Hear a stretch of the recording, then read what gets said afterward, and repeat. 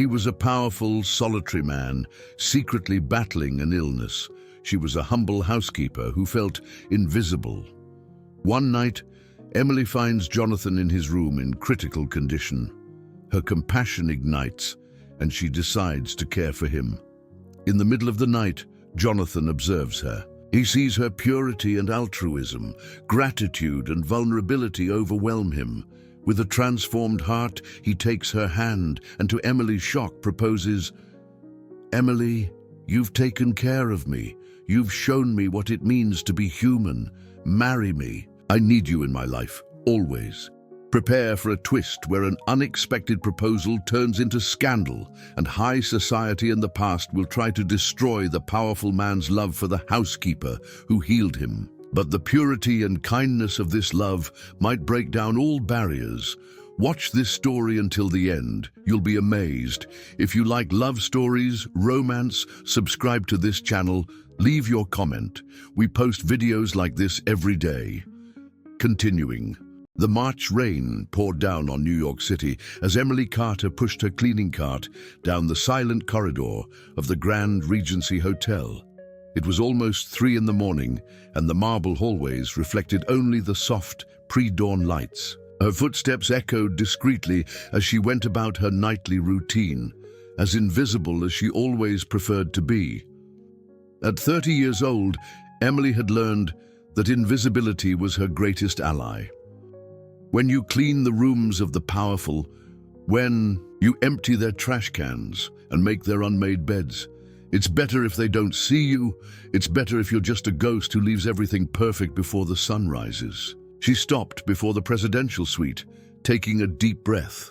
The magnetic card trembled slightly in her hands, not from fear, but from exhaustion.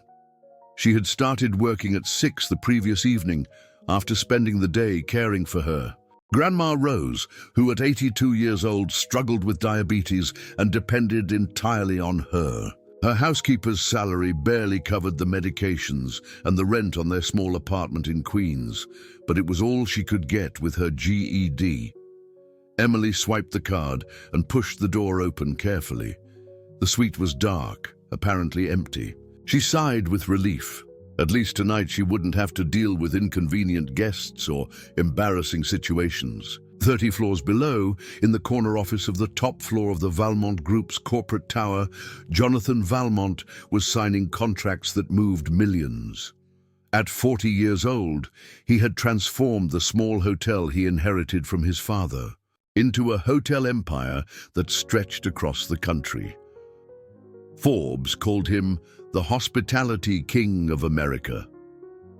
The Wall Street Journal considered him one of the most influential CEOs in the United States. But Jonathan knew that titles and headlines didn't cure the constant pain that had been growing in his chest for months. The doctors had been clear. The tumor, while operable, was growing.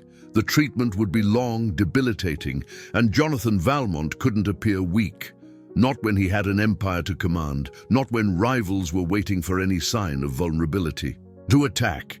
He closed his eyes, feeling a new wave of pain surge through his chest. The medication wasn't working as well anymore. He needed to rest, but he couldn't go home. His mother, Eleanor Valmont, would be there with her endless worries and plans to marry him off to some suitable heiress. He couldn't go to his penthouse apartment. Too obvious. Too traceable. By the press that followed his every move, the hotel. It would be perfect. No one would dare disturb him in the presidential suite. Jonathan grabbed the keys and went up to the 30th floor, hoping to find the silence and privacy he needed to deal with his condition away from the prying eyes of the world. When he opened the door to the suite, he didn't expect to find a woman with brown hair tied up in a simple bun, wearing the navy blue uniform of the cleaning staff, who jumped violently at the sight of him. Emily let out a small shriek and dropped the cleaning spray, which rolled across the marble floor with a noise that echoed through the silence. "Sorry, sir. I didn't know you were here. The front desk didn't inform me that there was a guest in the suite and—" she stammered, quickly bending down to pick up the bottle, her cheeks burning with shame. He knew he recognized that face, but from where? Jonathan studied her for a moment. She was one of the cleaning staff, obviously. It wasn't common to see them. His schedule rarely coincided with theirs. But there was something in her brown eyes that caught his attention, a quiet dignity, even in her obvious embarrassment. "What's your name?" he asked, loosening his tie. A new wave of pain was beginning to form. "Emily Carter, sir. I've been working on the night cleaning crew for 3 years. I can come back later if you prefer." "No need." Jonathan sat down heavily in the leather armchair. "Continue your work. I just need a place to rest." Emily nodded, trying to move even more discreetly. But as she organized the cleaning supplies, she couldn't help but notice that the man in front of her didn't look well. His breathing was irregular. There was sweat on his forehead despite the air conditioning, and he was holding his chest in a way she recognized. It was just like Grandma Rose did when the pain struck. Jonathan closed his eyes, trying to control the pain that was now pulsing in waves. He couldn't take the stronger medication in front of her. He couldn't show weakness to anyone, not even to a housekeeper who didn't even know who he really was. But when the pain suddenly intensified, he couldn't contain a low groan. His hands trembled, and the world around him began to spin. Emily stopped what she was doing. She turned to him, and this time she really looked at him. She saw the pallor, the sweat, the way he was bending slightly forward. "Sir," she called softly, "are you all right?" Jonathan tried to answer, but an even more intense wave of pain hit him. This time, he couldn't disguise it. His eyes closed and he doubled over, his breathing becoming shallow and rapid. Emily abandoned the cleaning cart, her whole life caring for her sick grandmother had taught her to recognize a medical emergency, and Jonathan Valmont, the most powerful man she knew, was clearly in one. "Please, sir, I need to call a doctor." Emily approached, her voice firm despite her racing heart. Jonathan managed to raise his head, his eyes still clouded with pain. "No, can't call anyone. You don't understand." His voice came out in gasps. But Emily was already analyzing the situation with the experience of someone who had spent years caring for a sick person. She ran to the bathroom and returned with a damp, cool washcloth. With decisive but gentle movements, she placed it on his forehead. "Breathe slowly, sir, in through your nose, out through your mouth." Her voice had a calming quality that Jonathan had never experienced. "That's it, just like that." Gradually, the pain began to subside. Jonathan allowed himself to focus on her soft voice, the sensation of the cool washcloth, the faint scent of lavender emanating from her hair. When he managed to open his eyes completely, he found himself looking directly into Emily's face, who was kneeling next to his armchair. She had kind eyes, he noted, and there was genuine concern in her expression. Not the kind of calculated concern he was used to seeing on the faces around him, but something pure, instinctive. "Better?" she asked, still holding the washcloth. "Better," Jonathan murmured, suddenly aware of how close she was. He could see small freckles scattered across her nose, the way her eyelashes cast delicate shadows on her cheeks. "Thank you." Emily felt a strange wave run through her body when his eyes locked onto hers. They were dark, intense eyes, but at that moment vulnerable in a way that made her completely forget who he was or who she was. For an instant, suspended in time, they were just two people, one caring for the other. Then reality returned like a bucket of cold water. I need to finish the room," Emily stammered, getting up abruptly and almost tripping over her own foot. What was she thinking? She was there to work, not to stand around admiring guests, no matter how handsome they were. Jonathan watched her move away, noticing for the first time the natural grace of her movements, despite her nervousness. There was something about her that intrigued him, a combination of strength and delicacy that awakened a curiosity he hadn't felt in years. "How did you know what to do?" he asked, breaking the silence. Emily stopped fluffing the pillows. "My grandma, she has diabetes and heart problems. I've been through this a few times." She hesitated before continuing. "You should see a doctor." "Sir, this doesn't seem normal." The genuine concern in her voice did something strange to Jonathan's chest. When was the last time someone worried about him as a person and not as the billionaire CEO? "I can't," he said simply. "Why not?" "It's complicated." Emily turned to face him. "More complicated than dying?" The direct question surprised him. He wasn't used to people speaking bluntly, especially employees, but there was a refreshing honesty in her. "You wouldn't understand." "Maybe not," Emily admitted, returning to folding the towels, "but I know that pride doesn't cure disease." Jonathan was silent, watching her work. Every movement of hers was efficient, careful. She treated even the objects in the room with a gentleness that spoke volumes about her character. When had he started noticing things like that in people? "What's your full name?" he asked suddenly. "Emily Carter, sir." "And you always work the night shift?" She nodded. "From 6 in the evening to 6 in the morning. I take care of my grandma during the day." "Alone?" The question caught her off guard. Yes. My parents died in an accident when I was 16. Grandma Rose raised me after that." Jonathan felt a strange pang in his chest, and this time it wasn't physical pain. "I'm sorry." Emily shrugged as if she had already made peace with fate a long time ago. "Life goes on. Grandma always says that God doesn't give us more than we can handle." "Do you believe that?" She stopped what she was doing and looked directly at him. "I have to believe that. Otherwise, I wouldn't be able to get out of bed every day." The brutal simplicity of the answer left Jonathan speechless. Here was a woman who faced hardships he couldn't even imagine, and yet there was a light in her eyes, a silent strength that fascinated him. Emily finished cleaning the room in silence, hyper-aware of his eyes on her. She tried to focus on her work, but she felt a strange tension in the air, as if something had changed between them in those few minutes. When she finally finished, she grabbed her cart. "I need to go, sir. I still have other rooms to clean." Jonathan stood up, noting that the pain had subsided significantly. "Emily." She stopped at the door, her heart racing just hearing her name in his deep voice. "Thank you for caring." She nodded quickly and left, closing the door behind her. Only when she was alone in the hallway did she realize that her hands were trembling.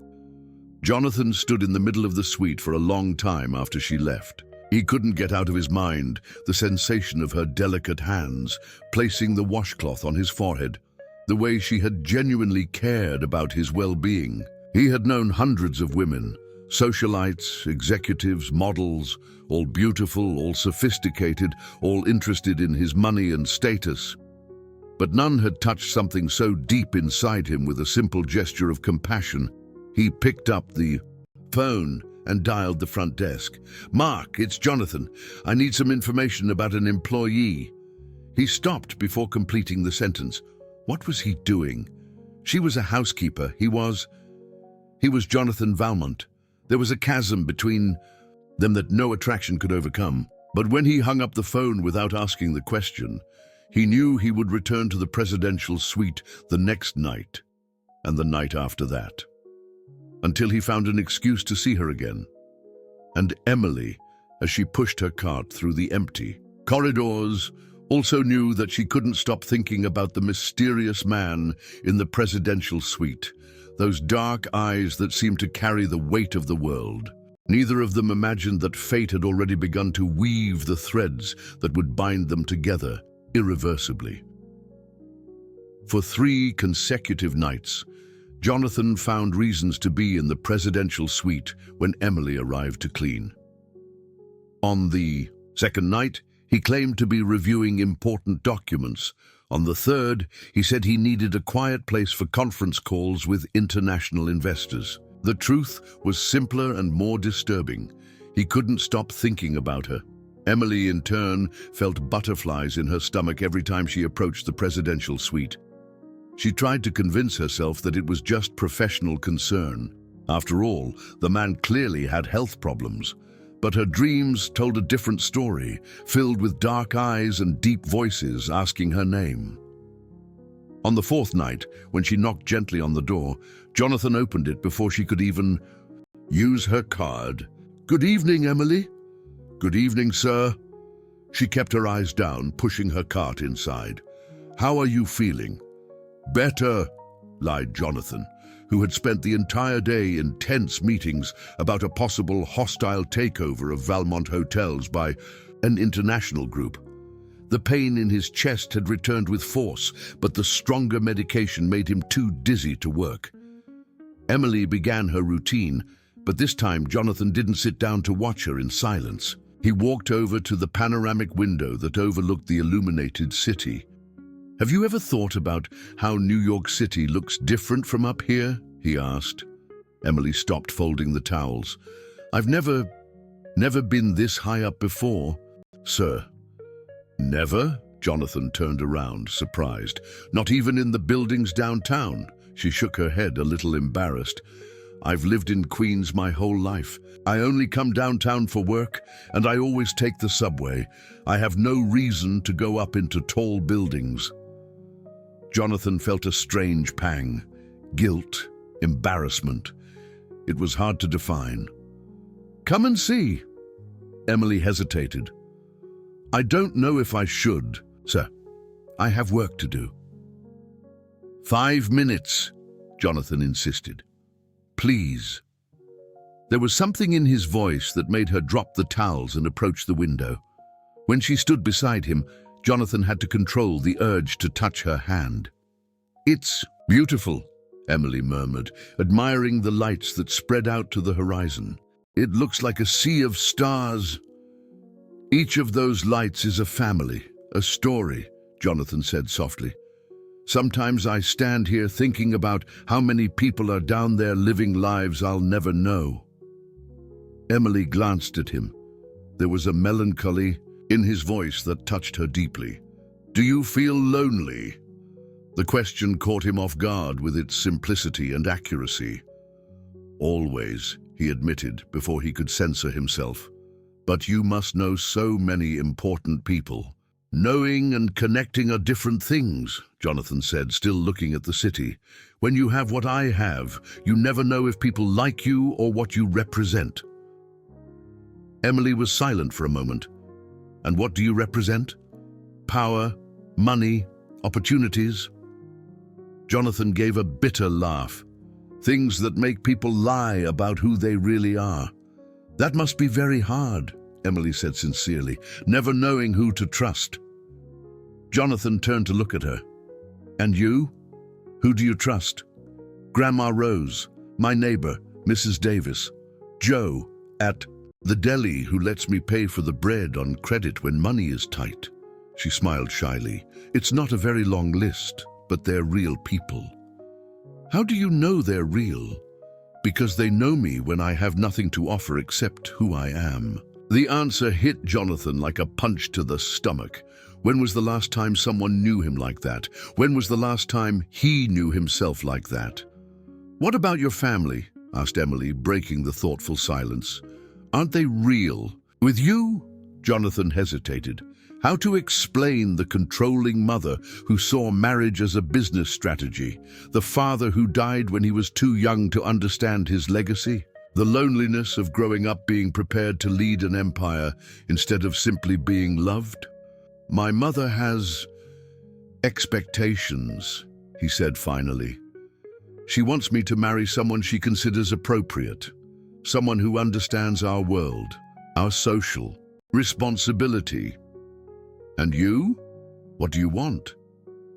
Jonathan looked directly into her eyes. "Until last week, I didn't know. I thought I just wanted to focus on business, build something lasting. Romance seemed unnecessary. And now?" Now, Jonathan stopped, realizing that he was about to say something that would change everything between them. Now I realize that maybe I've been looking in the wrong places. Emily's heart raced. There was something in the intensity of his gaze that made her feel like the floor could disappear beneath her feet. "Sir, I need to get back to work," she stammered, taking a step back. "Jonathan," he said softly. "My name is Jonathan." "I know who you are," Emily murmured, feeling her cheeks burn. "Jonathan Valmont, I've seen your picture in the papers."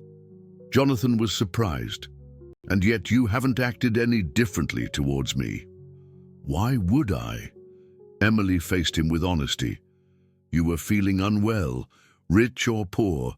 When someone is suffering, what matters is helping."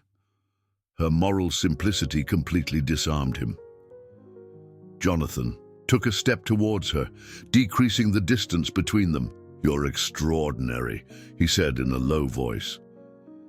Emily felt the air escape her lungs.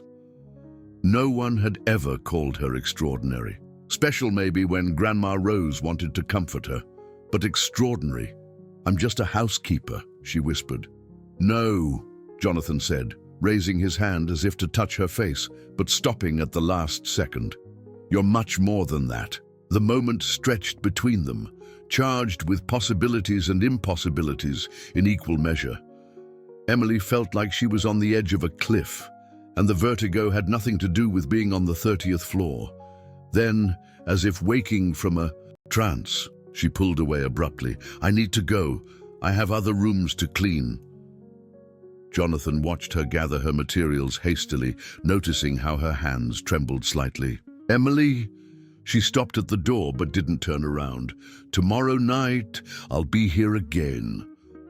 It wasn't a question, but it sounded almost like an invitation.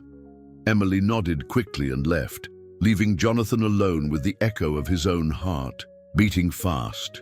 As she pushed her cart down the hallway, Emily struggled against a mixture of excitement and terror. There was something happening between them, something she didn't have the experience to understand or control. And although part of her wanted to run as far as possible, a larger part longed for the moment when she would see those dark eyes again. Neither of them knew that Eleanor Valmont had already hired a private investigator to find out why her son had cancelled 3 important dinners in 1 week, and that tomorrow, for the first time, someone would be watching the nightly encounters in the presidential suite. On the 5th night, Emily arrived at the presidential suite carrying more than her cleaning cart. She also brought a small thermal lunchbox and a determined expression. Jonathan opened the door before she even knocked, as if he had been waiting on the other side. "Good evening," he said, immediately noticing the lunchbox. "What's this?" "Chicken soup," replied Emily, entering with more confidence than on previous nights. "Grandma always says there's no better medicine for someone who isn't feeling well." Jonathan stood still, watching her take a glass bowl and a spoon from the lunchbox. When was the last time someone had cooked for him? Not a professional chef, but someone who cared enough to prepare food with their own hands. "You didn't have to—" "Yes, I did," Emily interrupted, serving the still warm soup. "You look paler today, and too thin." Jonathan accepted the bowl, his hands brushing against hers for a moment. The simple touch sent an electric current through his entire body. "How do you know I'm really sick?" he asked, sitting in the armchair as she began her cleaning routine. Emily stopped folding the sheets. "My mom died of cancer, Jonathan." The word came out naturally, without the formal "sir." "I recognize the signs." Jonathan almost dropped the spoon. No one had mentioned the word cancer since the diagnosis. His doctors used technical terms. His secretary spoke of indisposition. His mother didn't even know about the illness. "How? Do you know it's the pallor, the way you hold your chest sometimes, how you get tired just from climbing a few steps?" Emily approached, her brown eyes filled with compassion. "And the medication you take secretly?" "What medication?" I saw the bottle in your pocket the first night. OxyContin. They only prescribe it for very strong pain. Jonathan was silent, eating the soup slowly. It was simple, homemade, made with love, completely different from anything he had tasted, in the most expensive restaurants in the world. "How long do you have?" Emily asked softly, sitting on the edge of the sofa. "The doctors say with treatment, years. Without treatment." Jonathan shrugged. "Maybe 6 months. And why aren't you getting treatment?" "Because treatment means chemotherapy. It means becoming weak, vulnerable. It means everyone will know, including my competitors, my mother, the press." Jonathan put the empty bowl aside. "And I can't appear weak now, not when they're trying to destroy everything I've built." "Who's trying to destroy it?" Jonathan hesitated. He didn't usually talk about business with anyone outside his inner circle, but there was something about Emily that made him want to share the weight he carried. A group of foreign investors. They want to buy Valmont hotels by force, fragment everything and sell off the pieces. 50 years of my family's history, thousands of jobs. Everything would be destroyed. Emily was quiet for a moment. "And if you die, who will protect all of that?" The simple, direct question hit him like a slap in the face. I haven't thought about that." "Maybe it's time to think about it." Emily got up and went back to cleaning the room. "Grandma always says that courage isn't the absence of fear. It's doing what needs to be done, even when you're afraid." Jonathan watched her work, admiring the grace of her movements, the silent determination in every gesture. He was beginning to understand that Emily Carter wasn't just kind.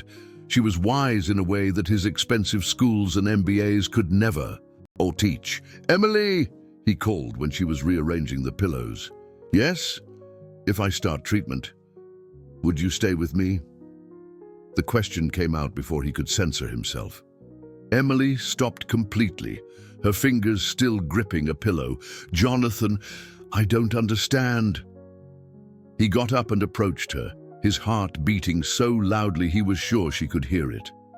"These 5 nights have been the only ones in years where I haven't felt completely alone. You brought me homemade food. You cared about me for real. You made me feel like a person instead of just a CEO. But you're the most real woman I've met in my life." Jonathan was very close now, close enough to see the small golden flecks in her brown eyes. "And if I'm going to fight this, I want to have something, someone to fight for." Emily felt like the world was spinning too fast around her. "Jonathan, you can't be serious. I clean your room.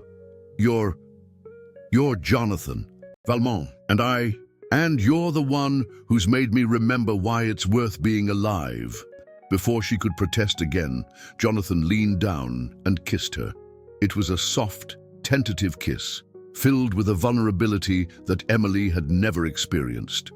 For a moment, she allowed herself to melt into that touch, feel the warmth of his lips against hers, the gentle strength of his hands on her face. Then reality returned like an avalanche.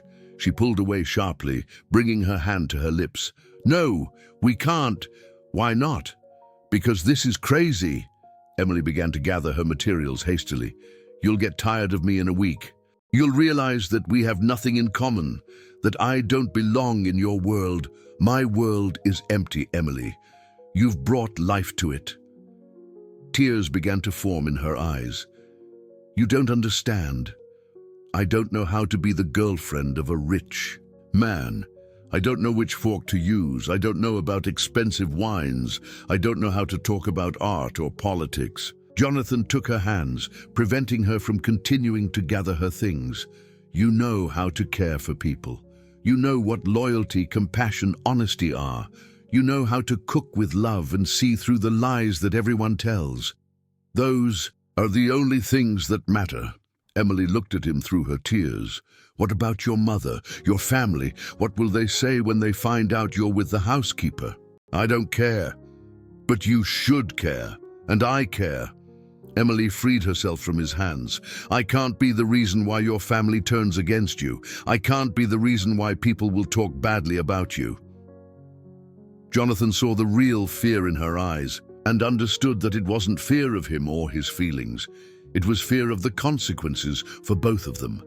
She was protecting both of them in the only way she knew. "So what do we do?" he asked softly.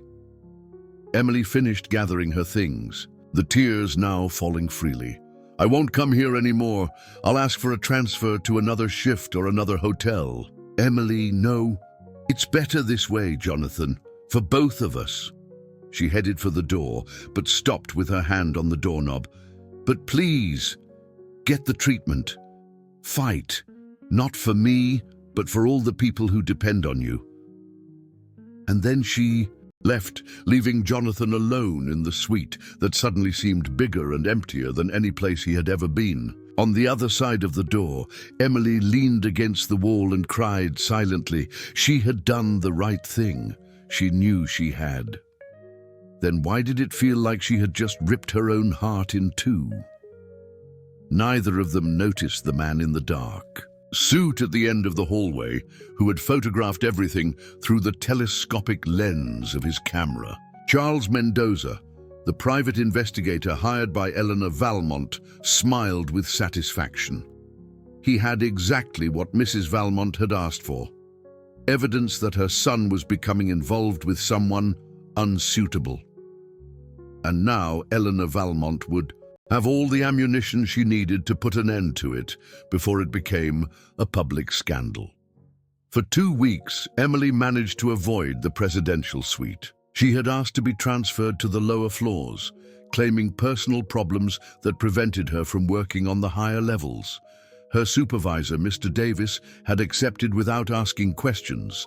Emily was one of the most reliable employees at the hotel, but avoiding Jonathan physically didn't mean she could get him out of her thoughts. At night, when she finally arrived home after her shift, she found herself looking out the window of her small apartment, remembering the panoramic view from the suite and the sensation of his lips against hers.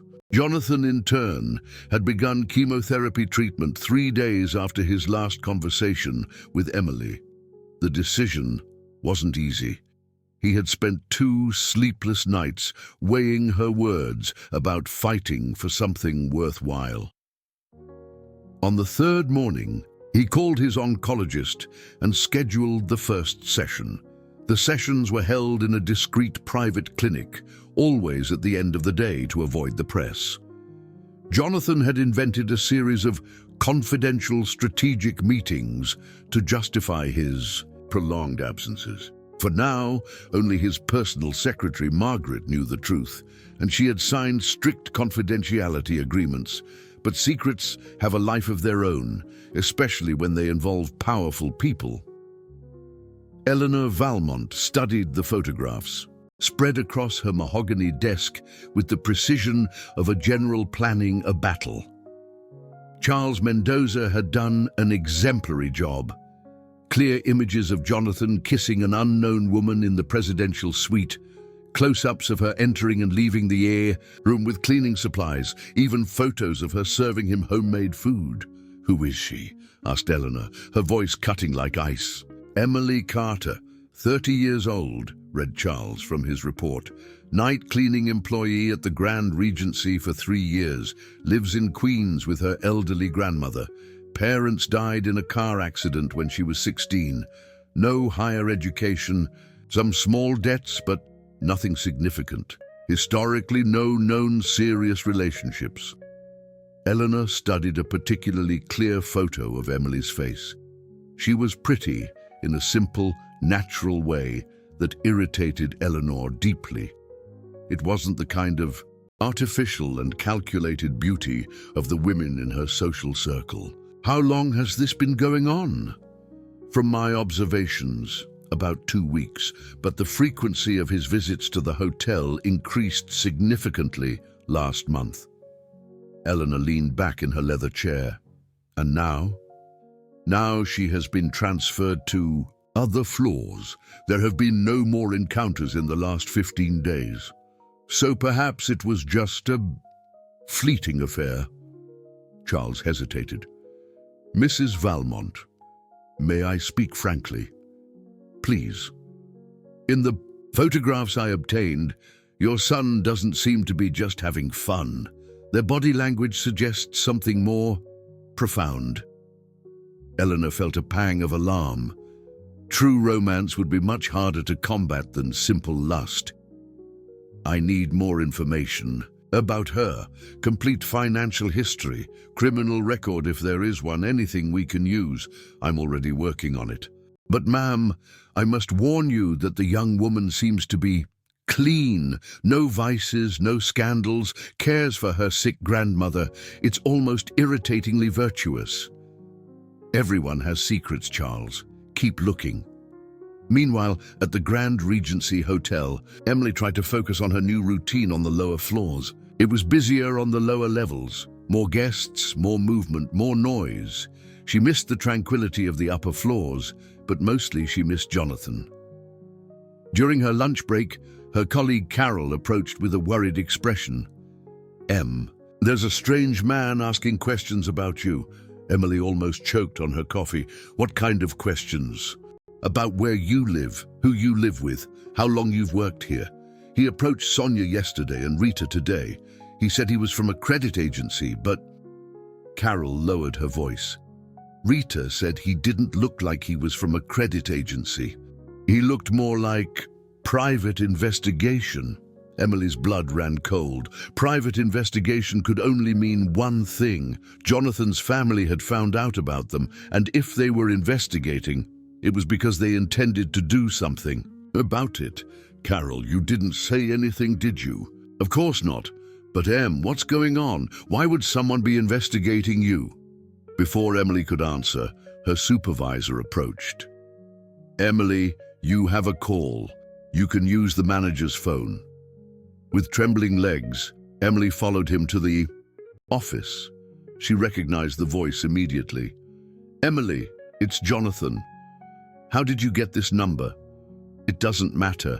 I need to see you. It's urgent. Jonathan, we've already talked about this. Someone is investigating us, Emily. My secretary alerted me that there are strange movements, questions about my schedule, people trying to find out where I spend my nights.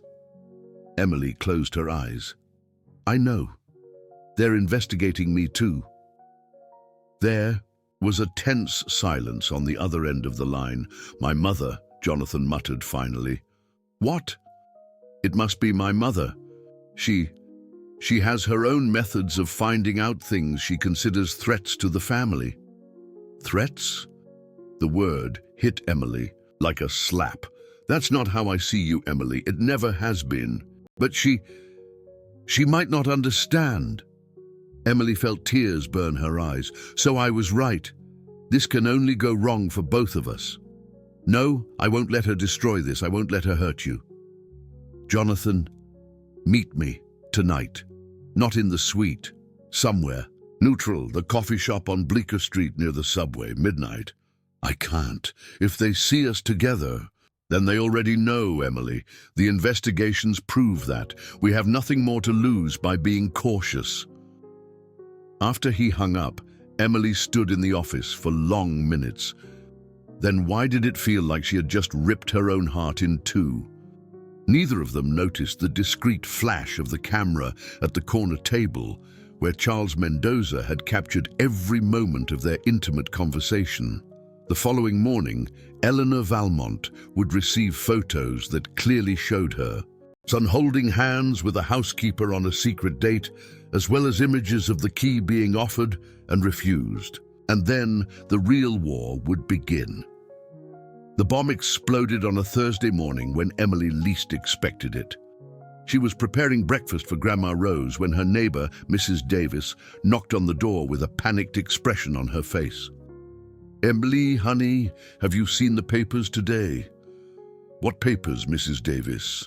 The older woman held out a copy of the New York Daily Buzz, a tabloid known for its celebrity scandals. On the cover, a grainy but recognizable photo showed Jonathan. holding her hands at the coffee shop on Bleecker Street with the headline in bold letters, "Billionaire heir in forbidden romance with housekeeper." Emily felt the blood drain from her face.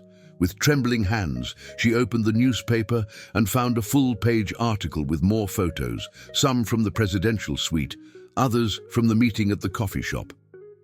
The report speculated about sexual favors in exchange for financial benefits and questioned whether Jonathan had used his position to exploit a vulnerable employee. "Oh my God," murmured Emily, sinking into a chair. "Emily, dear, is this true?" asked Grandma Rose, who had approached with difficulty, leaning on her cane. "Grandma, The phone rang before she could explain. It was her supervisor from the hotel. "Emily, you need to come here now. Immediately." "Mr. Davis, I can explain. Not over the phone. Come now." When she arrived at the hotel an hour later, Emily found utter chaos.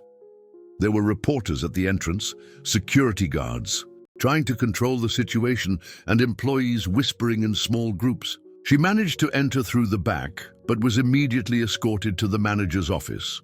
Her supervisor, the general manager, and an elegant woman of about 60 were waiting for her. Emily recognized the woman immediately from the society. Photos in the newspapers. Eleanor Valmont. "Sit down, Emily," said her supervisor in a tone she had never heard before. Eleanor Valmont studied her like a predator assessing its prey.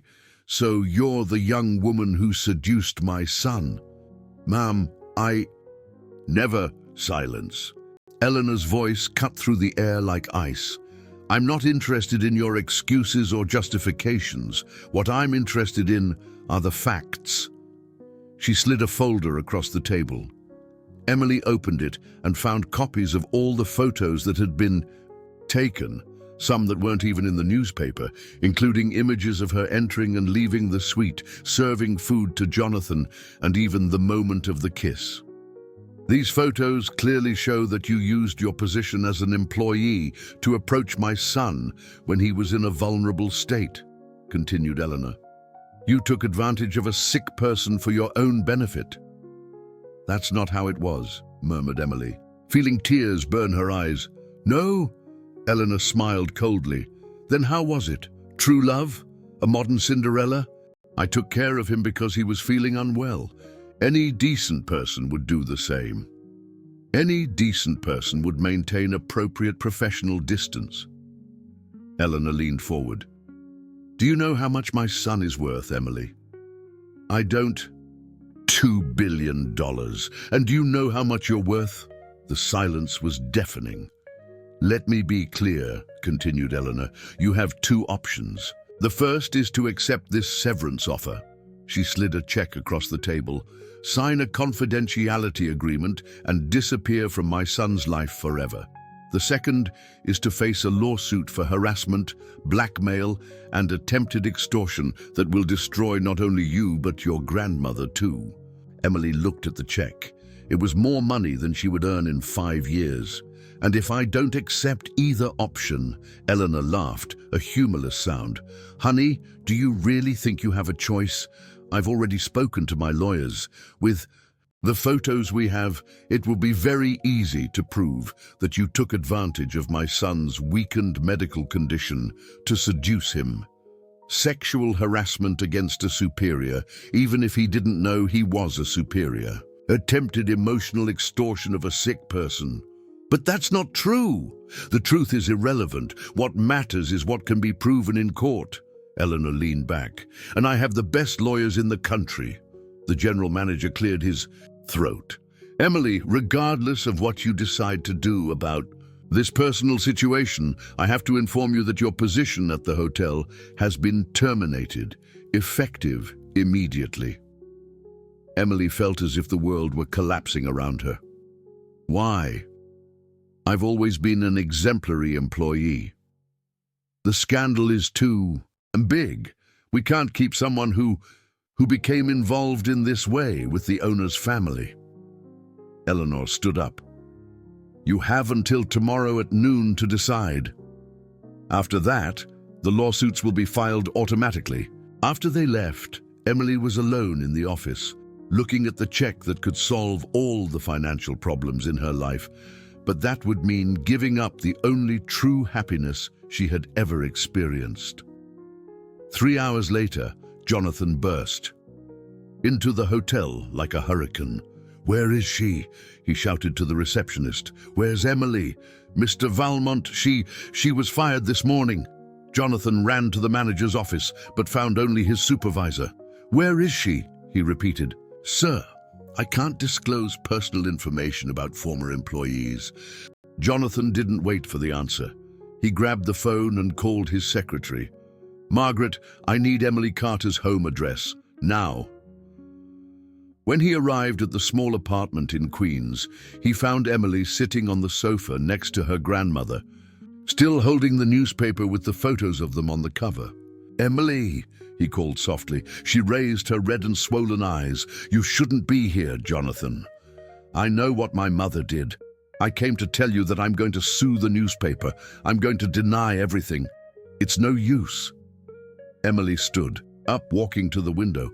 "Your mother made it very clear that she has the power to destroy my life if I don't disappear from yours." "She can't do that." "Yes, she can. And she will." Emily turned to face him. "Jonathan, you need to understand. I don't have expensive lawyers. I don't have influence. I don't have money to defend myself. All I have is my grandmother, and I'm not going to let her be dragged into this war." "So you're giving up on us?" Tears began to stream down Emily's face. "I'm being realistic. Your mother was right about one thing. We're from completely different worlds. And when different worlds collide, the people who get hurt are people like me. Emily, I love you." The words hung in the air between them. It was the first time he had said it clearly. "I love you too," whispered Emily. "That's why I'm letting you go." Jonathan took a step towards her. "You can't be serious." "Sam, your mother offered me money to get out of your life, a lot of money. Enough money to take care of Grandma for the rest of her life, to never worry about doctor bills or medication again." "You're not going to accept it?" Emily picked up the check from the table and showed it to him. "Why not? At least something good will come out of this whole mess. Because it's not about the money, it's about what we feel for each other. What we feel doesn't change reality, Jonathan." Emily wiped away her tears. "You're going to marry Isabella Montero. You're going to have the life that your family planned for you. And I'm going to use this money to start over somewhere else, far from New York City, far from you. I'm not going to marry her." "Yes, you are. Because if you don't, your mother will destroy everything, your company, your reputation, everything your father worked for. And she'll use me as a weapon to do it." Emily took a deep breath. "I'm not going to be responsible for your destruction." Jonathan stood still for a long moment, knowing that she was right. His mother was capable of anything to protect what she considered best for the family. "So this is it?" he asked with a broken voice. "This is it. You know, I'm going to fight for you, no matter how long it takes." Emily smiled through her tears. "Don't fight for me, Jonathan. Fight for yourself. Finish the treatment. Get well, be happy. I can't be happy without you." "Yes, you can, and you will." When Jonathan left the apartment, both knew it was forever. The next morning, Emily would sign the confidentiality agreement and take a bus to upstate New York, where a distant cousin had offered a place for her and her grandmother to start over. And Jonathan would be informed by his mother that his engagement to Isabella Montero would be announced next week, whether he wanted it or not. Their love had been real, but it hadn't been enough to overcome the barriers that the world had placed between them. 6 months had passed since Emily had left New York City.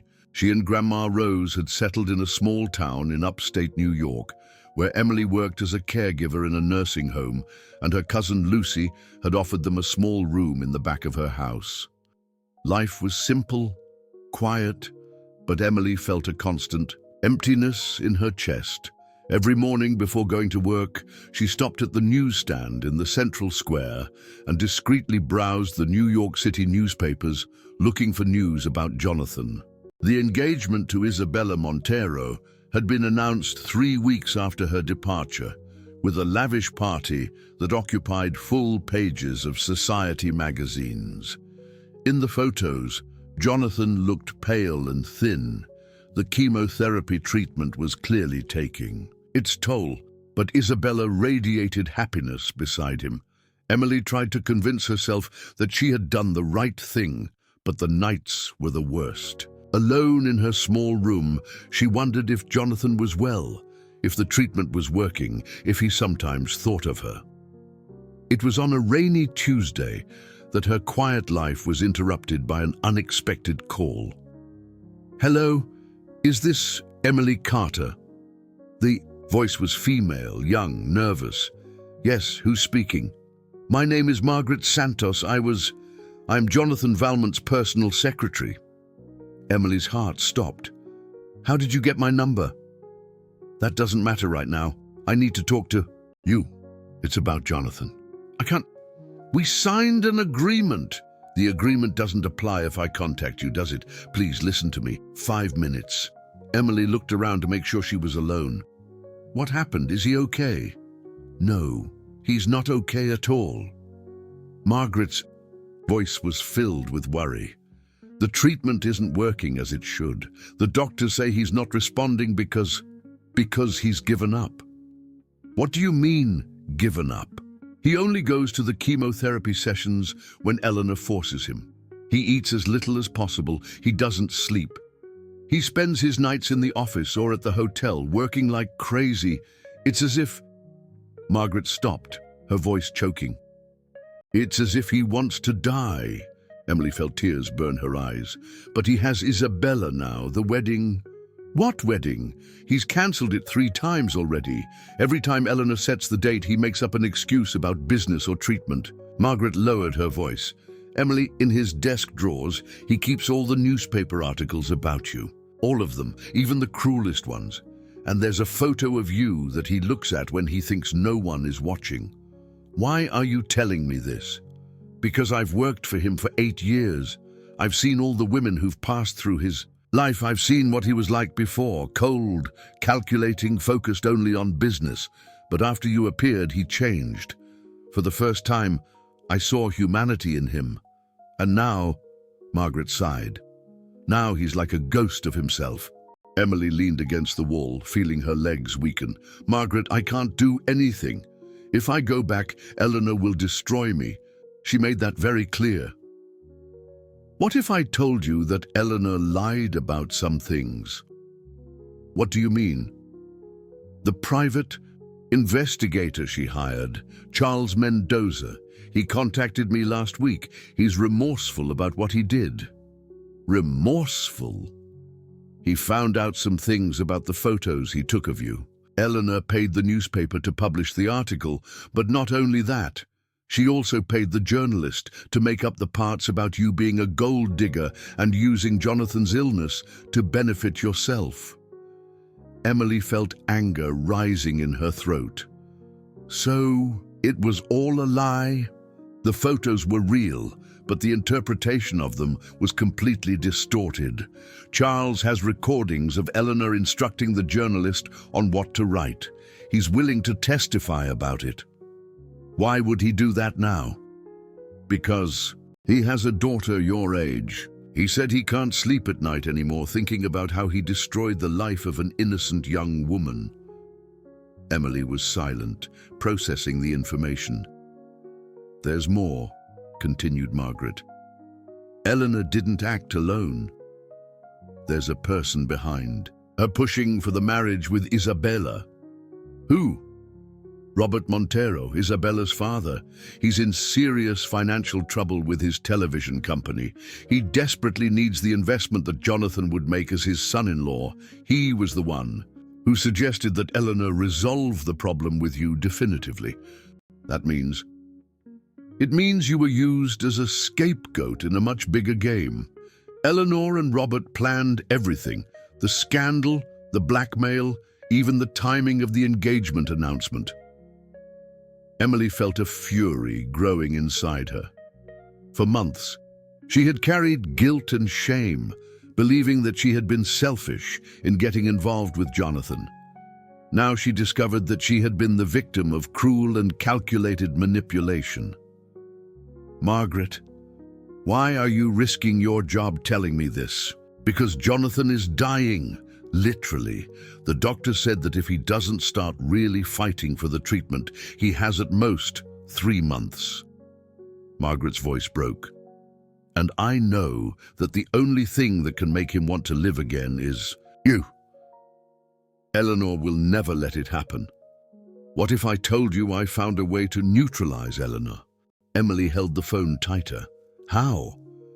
"Charles not only has the recordings of the instructions for the newspaper, he also recorded conversations of Eleanor confessing that she knew about Jonathan's cancer for months, but ordered him to keep it a secret because the illness could harm the marriage negotiations. She prevented her own son from seeking treatment for 2 months. Jonathan only started chemotherapy after you convinced him. If that leaked, Eleanor would be destroyed socially. Imagine the scandal. Mother puts business before her son's health." Emily began to pace back and forth in her small room. "What do you want me to do? Come back, fight for him, for you?" Margaret paused. "But it has to be now. Eleanor is planning to put Jonathan in a private clinic in Switzerland next week, officially for specialized treatment, but actually to isolate him completely until he agrees to marry Isabella. And you have proof of all this. Charles gave me copies of everything. The recordings, the receipts for the payments to the newspaper, even emails between Eleanor and Robert Montero planning how to eliminate you from Jonathan's life." For the first time in months, Emily felt a spark of hope ignite in her chest. Not just hope of getting Jonathan back, but of proving her innocence and clearing her name. "Margaret, if I do this, I need guarantees that it won't just be my word against hers." "You'll have them. Charles agrees to hand everything over to the press if Eleanor doesn't back down. And there's one more thing. Isabella doesn't know anything. She genuinely believes that Jonathan loves her. If she finds out she was used as a pawn in a game, she could become our ally." "When?" "The Valmont Foundation benefit event is tomorrow night. All of New York City high society will be there, including Jonathan, Eleanor, Isabella, and Robert. It will be the perfect stage." "Margaret, I can't show up at an event like that. I don't have money for a dress for—" "Leave that to me. I know people who will help." "But Emily, are you sure? Once you start this, there's no turning back. Eleanor will fight with every weapon she has." Emily looked out the window of her room, seeing the lights of the small town where she had taken refuge. A simple, safe, but empty life. On the other side was Jonathan, sick, manipulated, losing the will to live. The choice, in fact, wasn't difficult. "I will." Her voice came out, firm, determined. "I'm going to fight for him, for us, and I'm going to show Eleanor Valmont that she completely underestimated who she was dealing with." For the first time in months, Emily Carter felt like the strong woman who had raised a child after losing her parents, who had taken care of a sick grandmother, who had faced poverty and adversity with dignity. Eleanor Valmont had declared war on the wrong woman. The Metropolitan Museum of Art had never hosted an event as grand as the Valmont Foundation Benefit Gala. New York City's elite paraded through the halls in haute couture gowns and impeccable tuxedos, while the society press captured every moment of the night that promised to raise millions for children's hospitals. Emily watched everything from afar, hidden behind a marble column. Margaret had kept her promise. Through discreet contacts, she had secured an elegant but simple navy blue dress, borrowed shoes, and even a makeup artist who had transformed her into a sophisticated version of herself. But no disguise could calm the nerves that made her tremble. "You can do this," she murmured to herself, touching the small digital recorder in her clutch. Charles Mendoza had delivered all the evidence 2 hours earlier, along with a sincere apology. Across the ballroom, Jonathan greeted guests with a forced smile. He was visibly thinner, his pale skin contrasting with the black tuxedo. Isabella, at his side, radiated in a gold dress, unaware that her fiancé was constantly looking towards the entrance, as if waiting for someone who would never arrive. Eleanor Valmont commanded the night like a queen in her court, moving between groups of influential guests.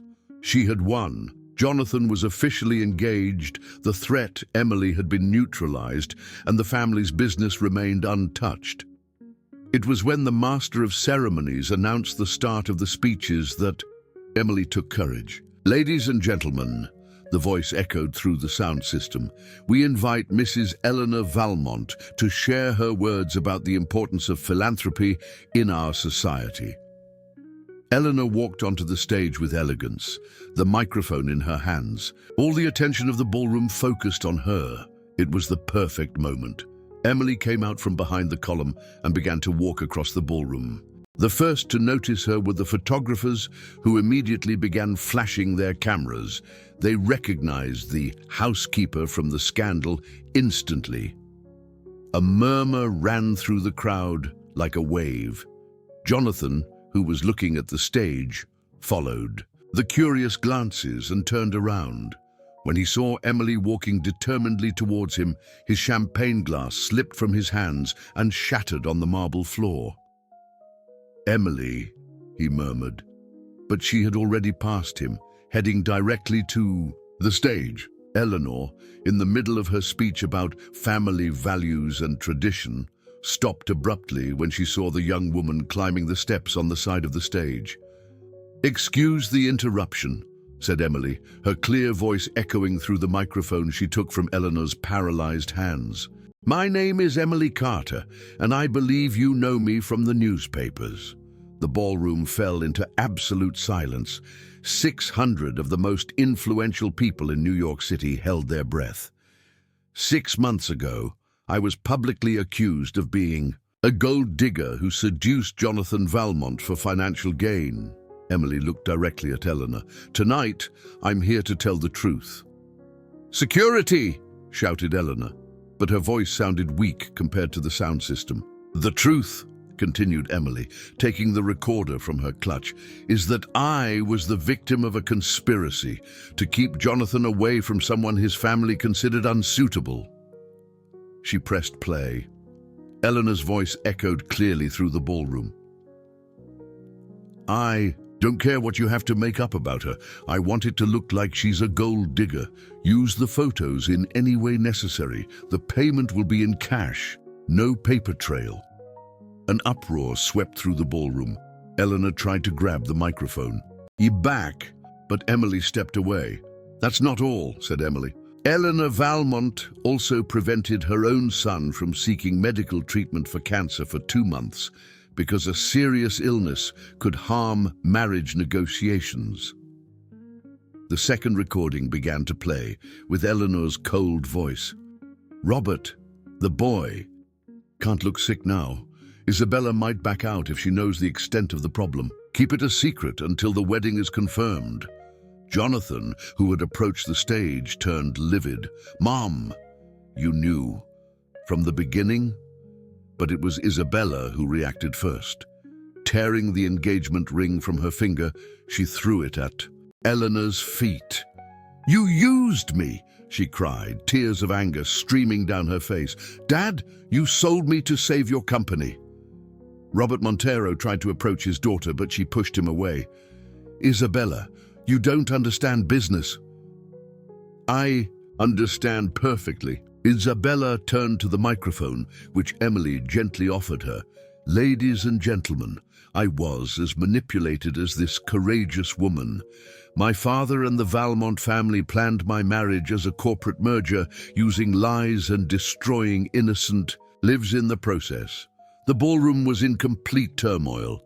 Journalists shouted questions, guests whispered in shock, and Eleanor tried desperately to control the situation. That's when Jonathan climbed onto the stage. Pale but determined, he took the microphone from Isabella and looked directly at Emily. 6 months ago, he said, his voice hoarse but clear, I met a woman who saved my life, not because she wanted anything from me, but because she had a heart pure enough to care for a stranger who was feeling unwell. He reached out his hand to Emily, who took it with tears in her eyes.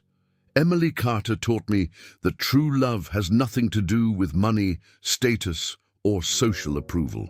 It has to do with seeing the person for who they really are and choosing to love them every day.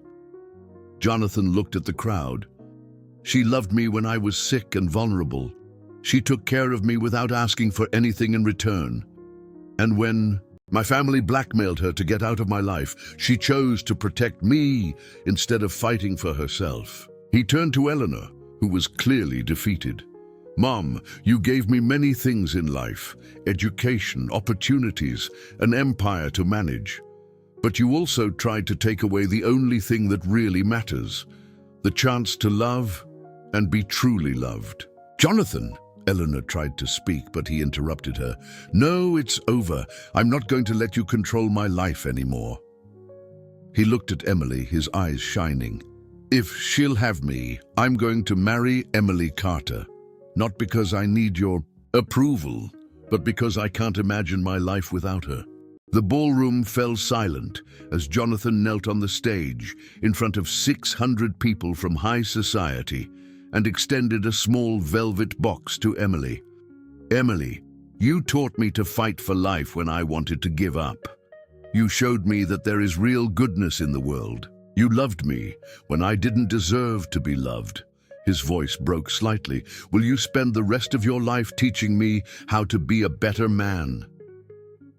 Emily looked at the man kneeling before her, the same man she had found sick and lonely in a hotel suite, but now strong enough to defy the whole world for her. Yes, she whispered, and then louder so that everyone could hear, yes, I do. As Jonathan slipped the ring on her finger and stood up to kiss her, the ballroom erupted in applause. Not all of it was approval. Some was shock, others scandal, but much of it was genuine, from people touched by the raw courage of true love. Margaret, who watched everything from the back of the ballroom, smiled through her tears. Isabella approached Emily and hugged her, whispering, "Thank you for freeing me too." And even some of the most influential guests began to congratulate the couple, recognizing that they had witnessed something rare and precious. Eleanor Valmont left the event in silence, knowing that she had lost not only the battle, but also the war. Robert Montero was confronted by his daughter and by the investors who discovered his hidden financial problems. 6 months later, Jonathan and Emily were married in a simple ceremony in the small church in upstate New York, where she had taken refuge. Grandma Rose was the maid of honor, Margaret was the witness, and the only guests were people who truly loved them. Jonathan had completed his chemotherapy treatment successfully.